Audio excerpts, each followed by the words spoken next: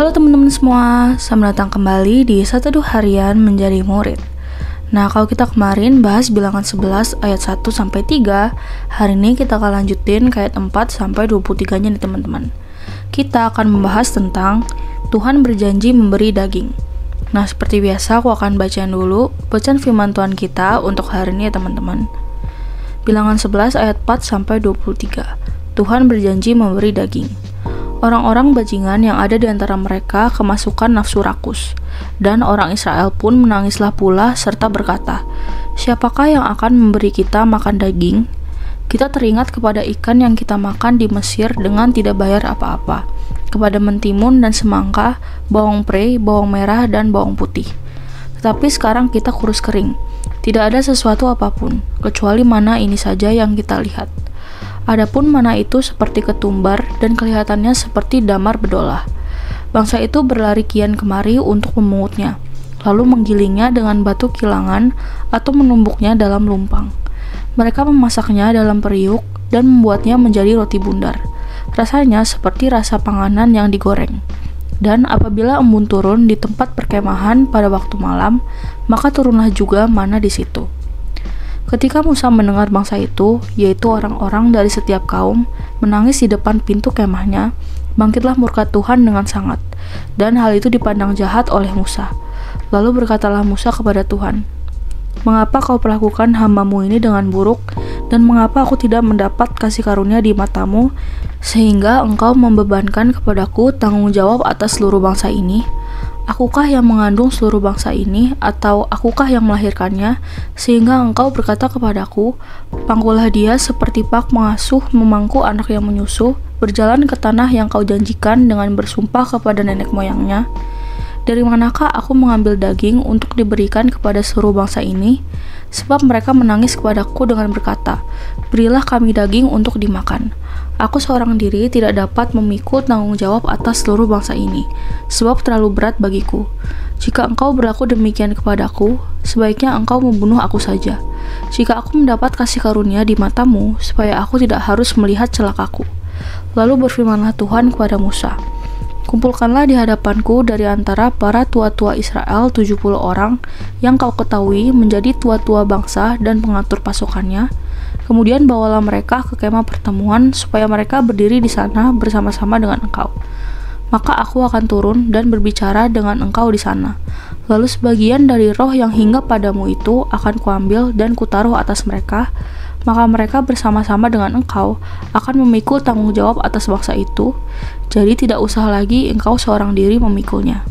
Tetapi kepada bangsa itu haruslah kau katakan, kuduskanlah dirimu untuk besok, maka kamu akan makan daging. Sebab kamu telah menangis di hadapan Tuhan dengan berkata, siapakah yang akan memberi kami makan daging? Begitu baik keadaan kita di Mesir bukan? Tuhan akan memberi kamu daging untuk dimakan.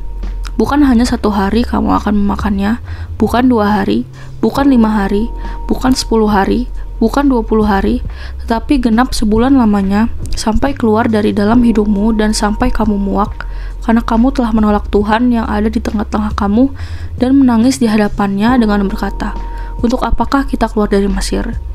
Tetapi kata Musa, bangsa yang ada bersama aku ini berjumlah 600.000 orang berjalan kaki. Namun engkau berfirman, daging akan kuberikan kepada mereka, dan genap sebulan lamanya mereka akan memakannya. Dapatkah sekian banyak kambing domba dan lembu sapi disembelih bagi mereka, sehingga mereka mendapat cukup? Atau dapatkah ditangkap segala ikan di laut bagi mereka, sehingga mereka mendapat cukup? Tapi Tuhan menjawab Musa, masakan kuasa Tuhan akan kurang untuk melakukan itu? Sekarang engkau akan melihat apakah firmanku terjadi kepadamu atau tidak. Ya, jadi demikian teman-teman bacaan firman Tuhan kita untuk hari ini. Ayo sekarang kita langsung masuk ke saat teduhnya ya guys. Oke guys, kalian pasti pernah ada di masa mau makan apa bingung. Kayak semua makanan udah pernah dipesen. Jadi scroll GoFood, Shopee Food hampir setengah jam masih nggak bisa mutusin mau makan apa. Bahkan mungkin menyadari ya, kayak dulu kayaknya bersyukur aja, makanan apapun yang dikasih mama ya dimakan aja. Sekarang udah remaja, udah pemuda, udah dewasa, mau pilih makanan kayak bosan aja gitu. Nah, Israel pernah bosan banget sama makanan yang tersedia buat mereka setiap hari, lalu mereka tuh membandingkan dengan keadaan di masa lalu pas di Mesir yang justru masa lalu yang sebenarnya penuh penderitaan, tapi mereka hanya ingat sisi nikmatnya. Mereka bosan dengan mana, roti dari surga. Lalu tiba-tiba Mesir yang dulu menindas mereka jadi terlihat lebih menyenangkan hanya karena ada ikan, bawang, dan semangka. Bayangin deh, manusia bisa sebegitu mudahnya lupa akan anugerah besar Tuhan hanya karena lidahnya bosan. Nah, mari kita gali lebih dalam apa yang terjadi di bilangan 11 ini. Di ayat 4-9, bangsa Israel tergoda oleh orang-orang bajingan, yaitu gerombolan campuran, yang memicu nafsu rakus. Mereka menangis, siapa yang kasih kita daging? Padahal Tuhan sudah memberi mana, roti surgawi. Menariknya, mereka menyebut makanan Mesir sebagai gratis. Padahal di Mesir mereka budak. Mereka bayar makanan itu dengan darah dan keringat. Tetapi ingatan selektif membuat mereka merindukan belenggu perbudakan. Aduh, ini adalah sindiran tajam. Orang bisa rindu dosa hanya karena dosa terlihat enak. Nah, di ayat 10-15, Musa lelah dengan bangsa yang terus mengeluh. Perhatikan ungkapan emosionalnya. Apakah aku ini ibu mereka?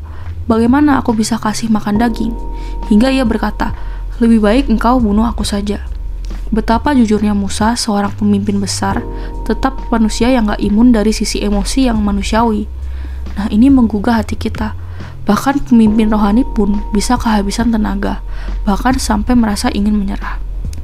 Di ayat 16-17, Tuhan tidak marah pada Musa, tapi menolong. Ia memerintahkan Musa memilih 70 tua-tua, lalu roh yang ada pada Musa dibagikan kepada mereka. Ini bukan pengurangan kuasa Musa, tetapi perluasan.